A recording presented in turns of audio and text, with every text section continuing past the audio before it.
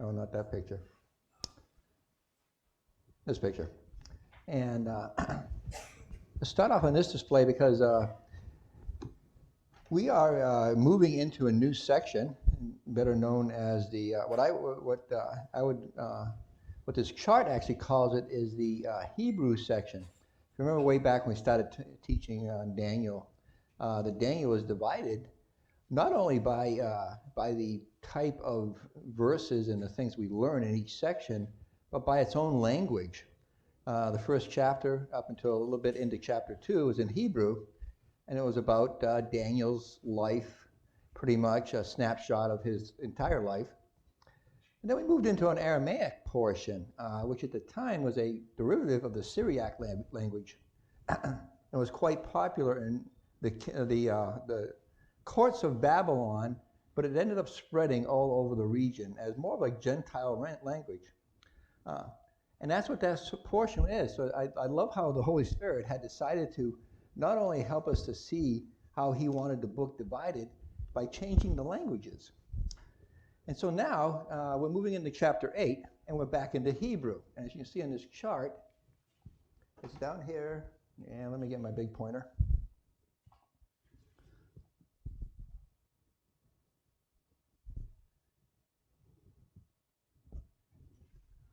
As everybody knows, during the week, I have a big problem with remembering to do this ahead of time.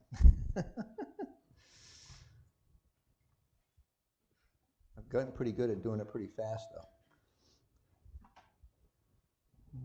That ain't really big enough.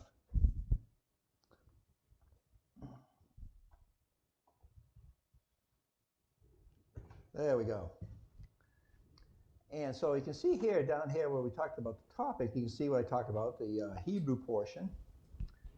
And then we went into the Aramaic portion. We've been there for quite a while, between chapter 2 and chapter 7, to the end of chapter 7. Now we're moving back into the Hebrew portion. And basically what we're going to be looking at is the prophecies pertaining to Israel, or the Hebrews. I'm not saying that as Gentiles we're not affected by them, but it's primarily the type of prophecies that the Hebrews are going to endure, not only in Daniel's time and through history, but also going into the future, and that's the exciting part.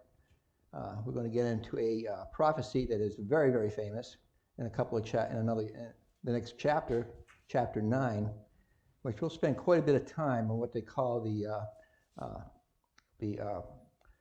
9:24 through 27 prophecy of the 70 weeks. So we can look forward to that. And in this time frame, but we're all sure looking for that Daniel 9:27. We won't see it start, but we can sure see the players coming into play when it comes to that one. So exciting times we're in, kind of like watching this unfold. So a little bit more about this chart. So again, I said we just left chapter 7. Let me move my picture to the bottom.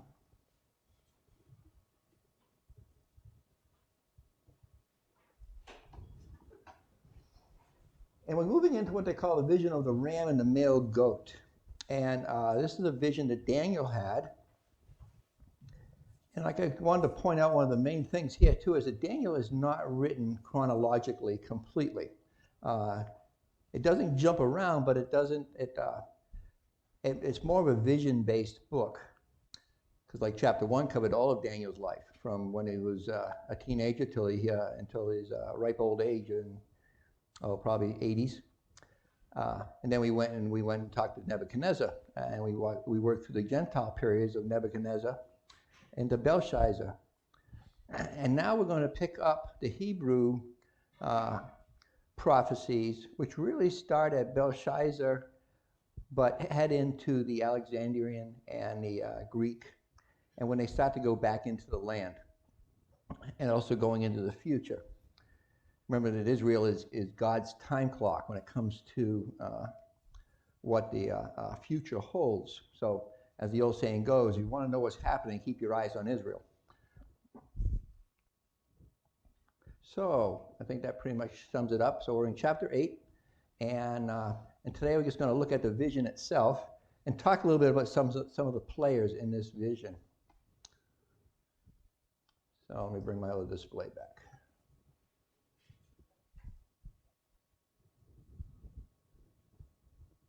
Okay.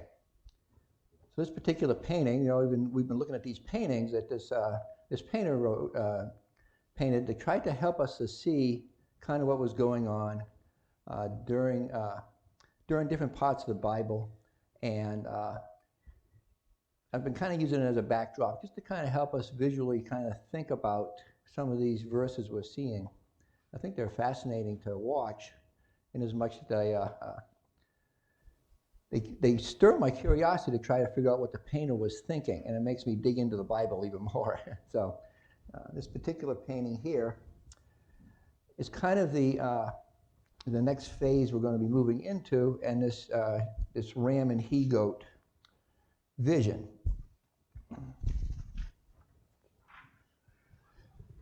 As a timing note, when we left off in chapter 7, we were talking about another vision that Daniel had.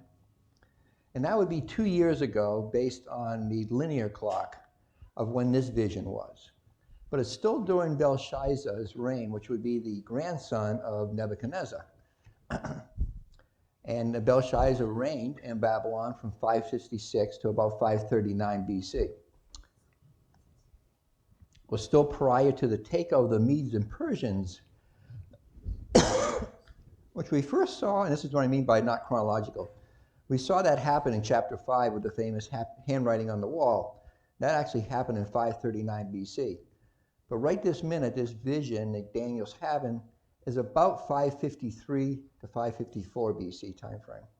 So that's about where we're at right this minute. So we kind of like moved back in time, realized we're talking about BC, so that the number is bigger, we're actually further away from where we are now. So as time goes on, the numbers go down. I believe that since this particular vision has come to pass, that it was not only a prophecy for those who live in it, but became proof of the prophetic nature of Daniel, because we have the beauty of seeing the fruition of these different prophecies come to reality based on historical evidence. And I think that kind of supports the fact that we can be confident that Daniel did have true prophetic dreams and visions. They all came true, every single one of them so far. So there's no reason not to believe that the ones that we're going to see that are future won't also come to pass. That was always in the Old Testament days, the defining thing about a prophet was that if he had to be 100% right 100% of the time. If he was wrong even once, the law said to stone him to death. So pretty heavy burden to be completely accurate. So it better be coming from God, because your life wouldn't last very long if it wasn't.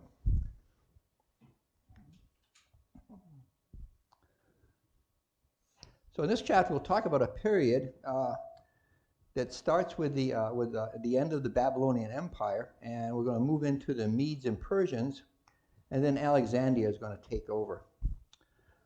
We'll also talk about a man that has become a model for the Antichrist. In our future, a ruler named the Antichrist will be in our future, but what they call a pattern of the Antichrist was through a ruler by the name of Antiochus Epiphanes. I always have a little trouble with that first word. The great persecutor of the Jews, better known as the Nero of the Jewish history, a very evil ruler. He reigned from 175 to 164 BC. I realize that Daniel is writing this in 554 BC, so way before this period of time. And that's why many people have trouble believing that Daniel was written when it was. They want to try to put it into the first century somewhere because it was so accurate, the prophecies. So let's move into the actual, and we'll talk more about these particular characters as we move through this portion of Daniel. But I'll touch base on a few, particularly this Antiochus Epiphanes a little bit, and what he did to cause him to be such an evil king.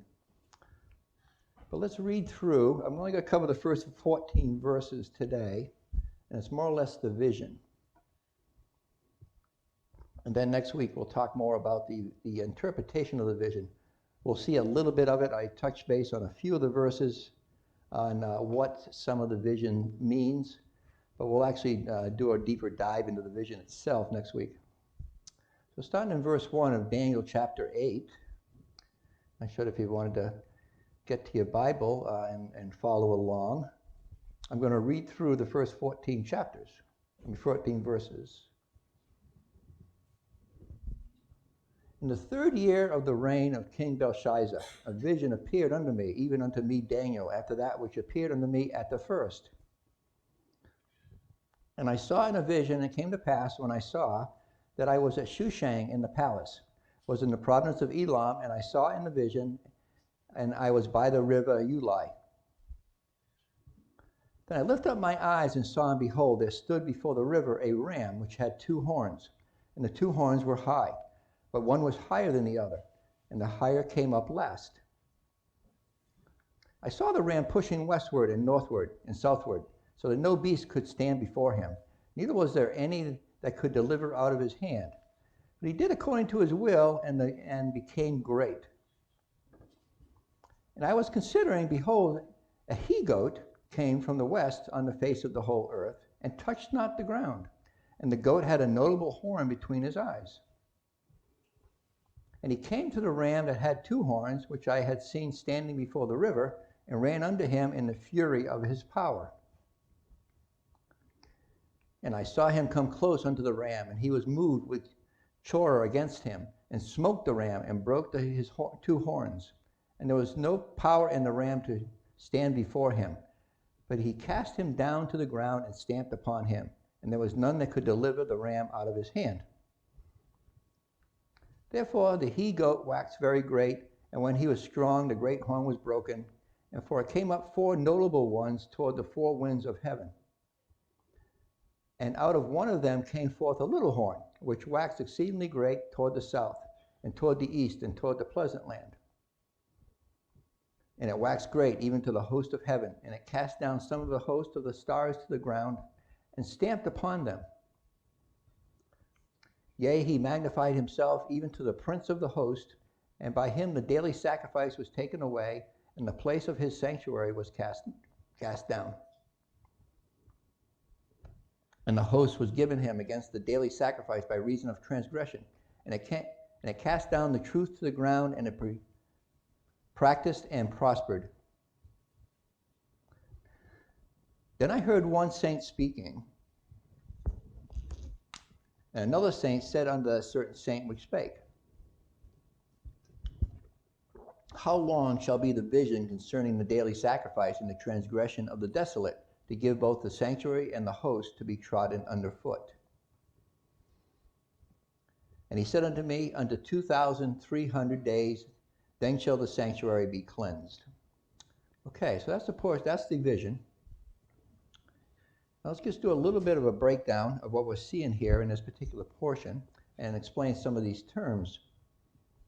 Now I think you can see some of the terms I mentioned are actually in this picture there. We heard him talk about a ram, which would be considered up here with the 1 horn, and then the he-goat would be over here,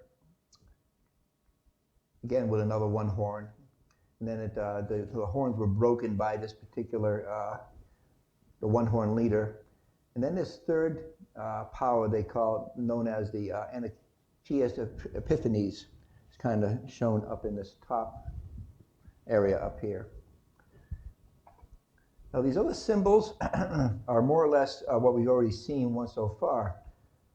This particular vision, we're going to be talking about the next upcoming kingdom, which we already got a taste of back in chapter 5, which would be the Medes and Persians. And that is symbolized on Nebuchadnezzar's dream, as we see in this picture here, of the thighs of brass. And that's what you kind of see in this picture here. In the vision we were talking about last week, the vision of chapter 7, we saw the leopard, not the leopard, what was it? Now I gotta look at my notes.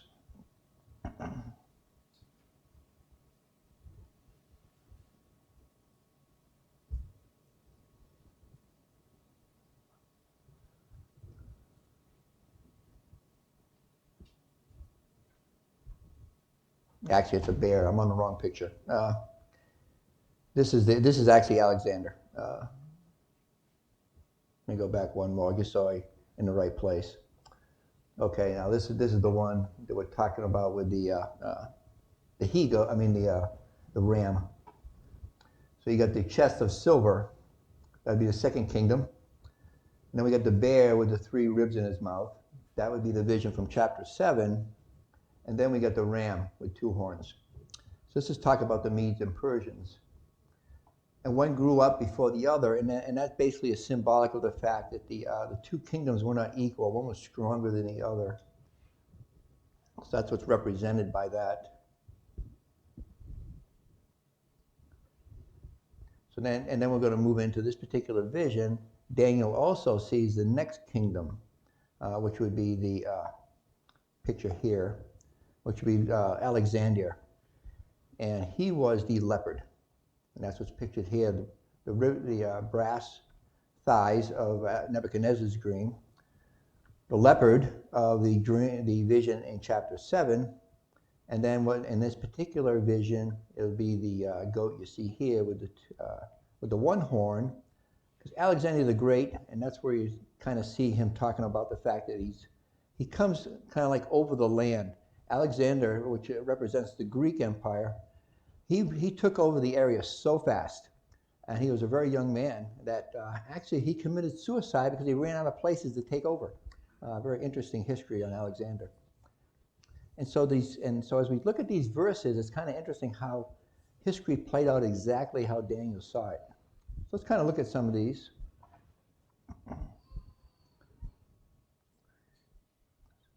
So going back to verse 1, in the 3rd year of the reign of Belshazzar, a vision appeared unto me, even unto me, Daniel, after that which appeared unto me at the first. So he realizes this vision has some similarities to the one he had before. It could be about 2 years ago. I saw in the vision, it came to pass when I saw that I was at Shushang in the palace, which is in the province of Elam. Well, anyone who's studied Esther will remember that particular place, because that's where the story of Esther took place. Now, really, the Shushang, though, we're in 553 BC right now. The Esther story happened about 486 to 465 BC under the Persian Empire. And so that would be in our next vision, but Daniel will already been taken. He wouldn't witness, so he wouldn't see Esther in that whole story of Esther, I don't believe. It was about almost 100 years, about 80 to 90 years to the story of Esther. And even right now, Daniel is getting up there in age. Because remember, he was a teenager in 605 BC. So right now, he's probably somewhere in his 60s or 70s.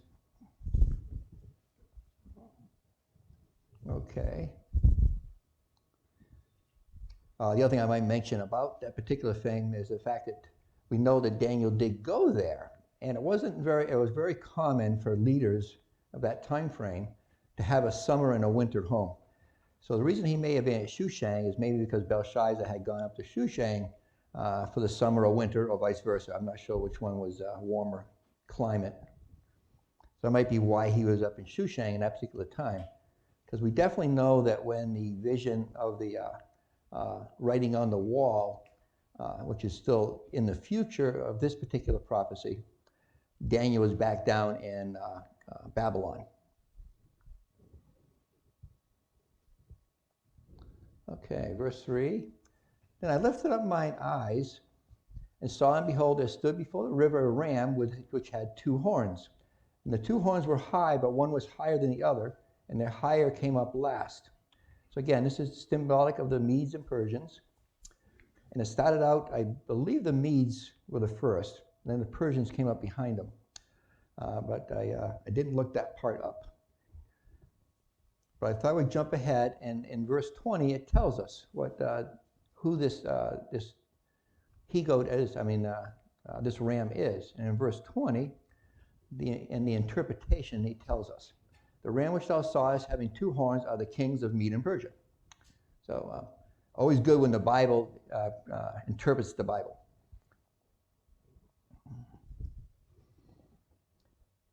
And I saw the ram pushing westward and northward and southward, so that no beast might stand before him, neither was there any that could deliver out of his hand. But he did according to his will and became great.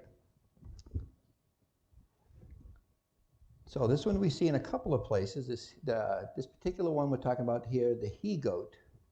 I'm sorry, not yet. We're still talking about the ram. The ram was, this is indicative of when he was taken over. He took over quickly, and he basically took over the entire region. That's what we kind of see represented here by the northward and southward. And it was quite a quick, if you remember, because this would be Cyrus. And if you remember from chapter 5, we were talking about how Cyrus snuck into Babylon. He basically took Babylon without firing a shot, or firing an arrow, and in this case.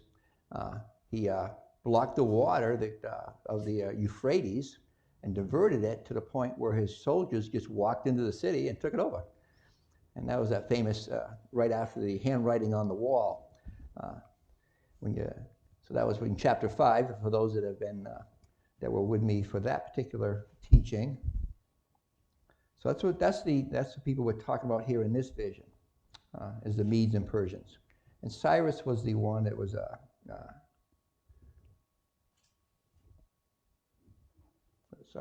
Cyrus. And Darius the king is the other one you'll hear mentioned about this particular Medes and Persians.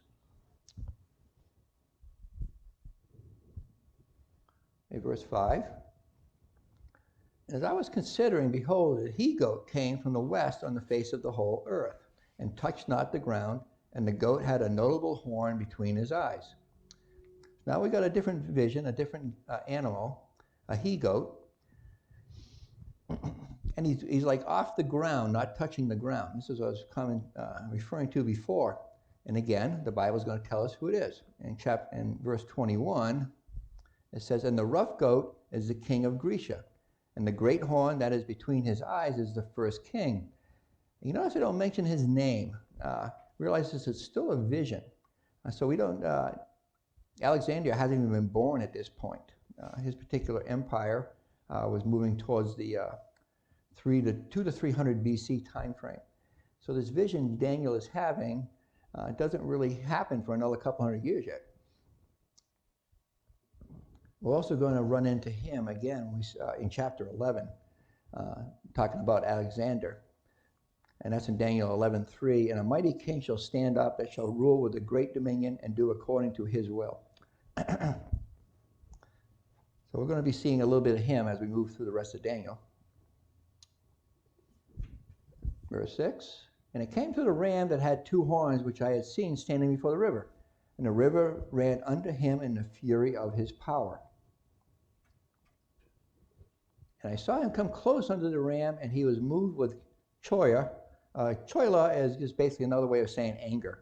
So he did it with a lot of anger against him, and smote the ram, and brake his two horns, and there was no power in the ram to stand before him. But he cast him down to the ground and stamped upon him, and there was none that could deliver the ram out of his hand. Basically saying here that Alexander, when he took over completely. He didn't give any kind of provision to the prior administration, as they would say.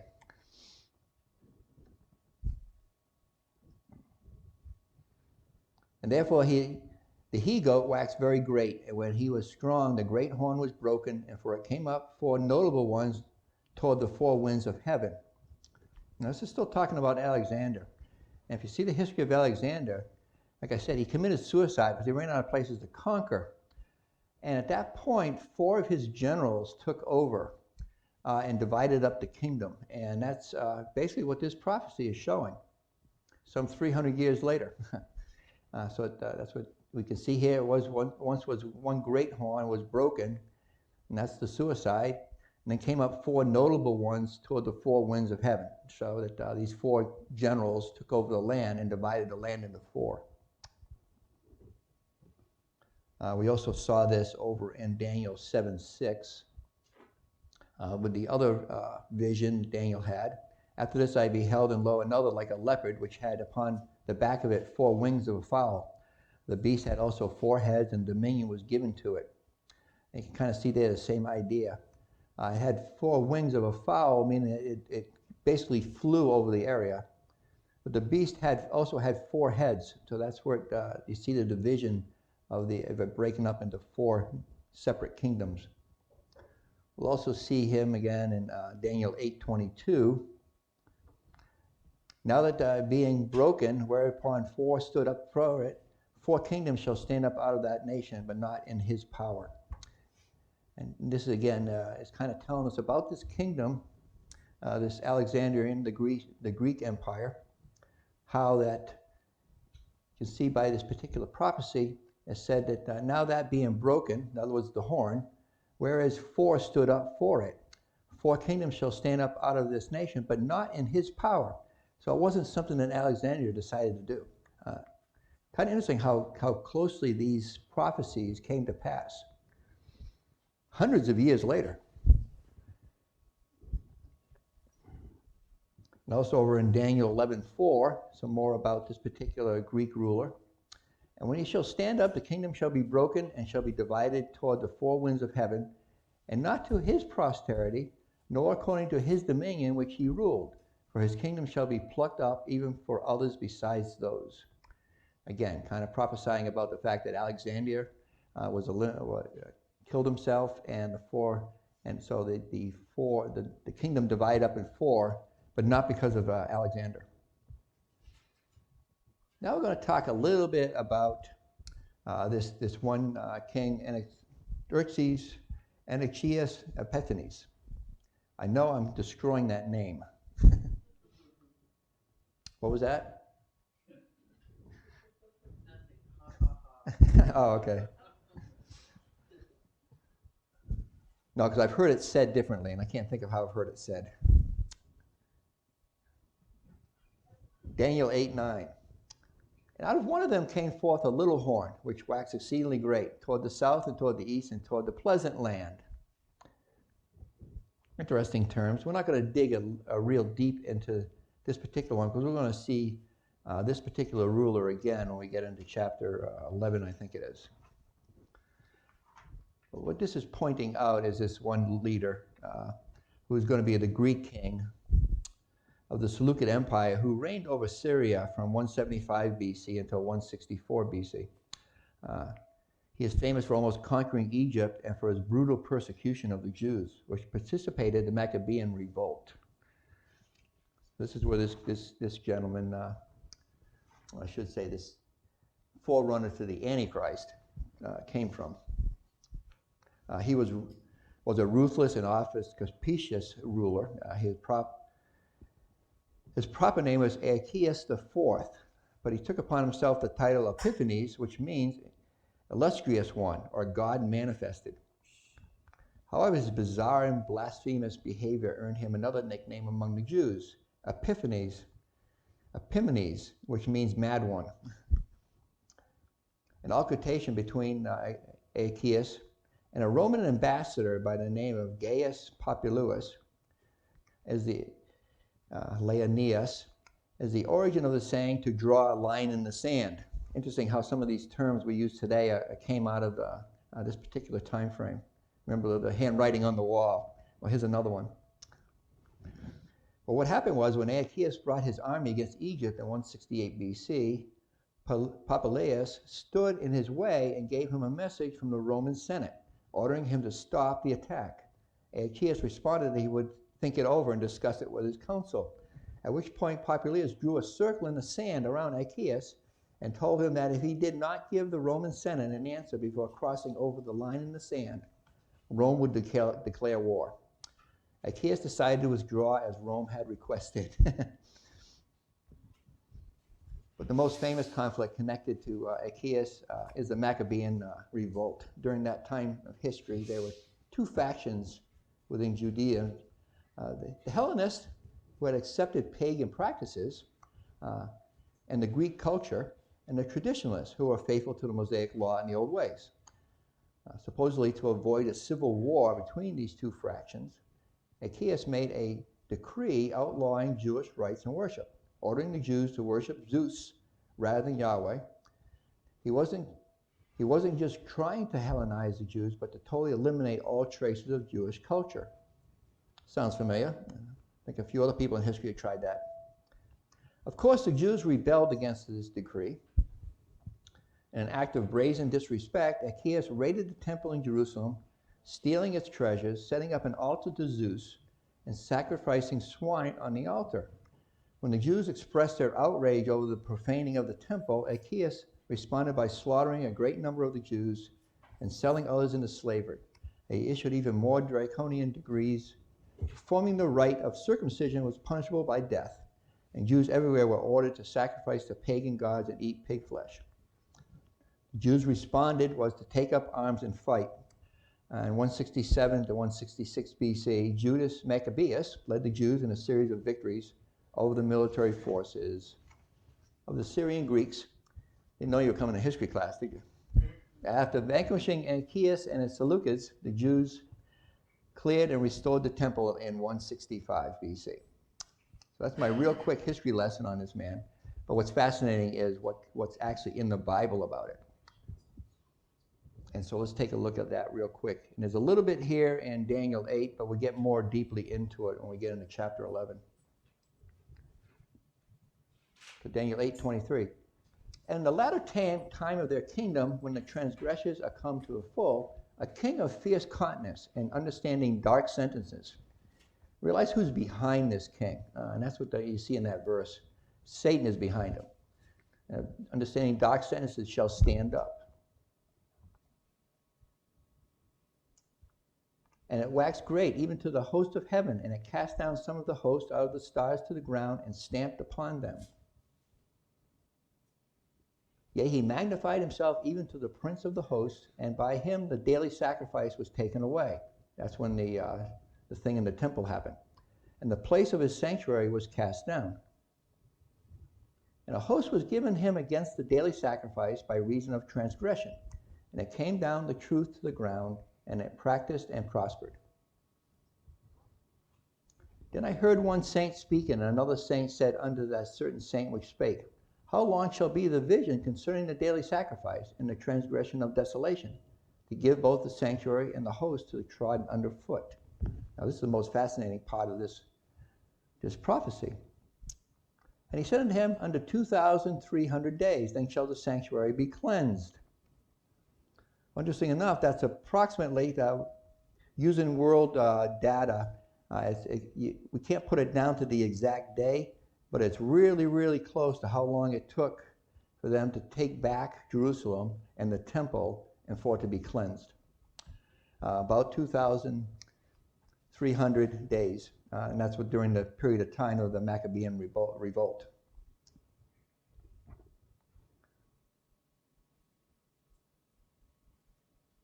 It would actually be a period of about between 6 and 7 years, which approximates the time of Achaeus, who began to perpetrate his atrocities in about 170 BC. Finally, the Jewish priest, Judas Maccabeus, better known as the Hammer, drove out the Syrian army, at which time the temple was cleansed and rededicated after its pollution. And it's celebrated to this day in a festival known as Hanukkah. The cleansing is celebrated in the Feast of Lights. And I guess I'll show you a reference to this in John 10:22. And it was at Jerusalem, the Feast of Dedication, and it was winter. And so we do have acknowledgement of this in John there. This is one of the holy days celebrated at the time of Christ and which is still remembered to this day. And as the story goes, we light our menorah. You've probably heard about the 8-candle burn of the menorah that they burn during Hanukkah. And the idea behind that is supposedly this particular, they were really low on oil. And they only had one small jar of oil to burn for 8 days. And somehow they had plenty and never went out. So that's where the feeling that God shined on them. And that's why to this day they still light the menorah one day at a time. And the other thing that noteworthy about it is that the Maccabees were actually very limited in number in comparison to the actual men who were had control of Jerusalem. So it's like God's hand was up with them. So to finish up this section, and it came to pass when I, Daniel, had seen the vision and sought for the meaning, and behold, there stood before me the appearance of a man. And we'll leave off there. And that is where we'll do a little bit deeper dive into the actual interpretation of that vision next week. So let's end with a prayer. Dear Heavenly Father, thank you so much for these prophecies, Lord, that we can have confidence in your word, that it shows us that you are the author of these prophecies, not man, not anyone else. And we sure appreciate all this insight you give us, Lord. In Jesus' precious name I pray. Amen. So was that fun? Did you enjoy your history class? Sounds interesting. No, I found it fascinating. That's why I wanted to share it. I knew a little bit about this guy, and that he was like the forerunner of the. We're going to talk about that a little bit next week. And when we get into chapter 11, we'll talk about it. But they see him as the exact pattern of the future Antichrist, and we'll talk more about that in chapter 11. But okay. Cool. Thank you, Dana. Mm-hmm.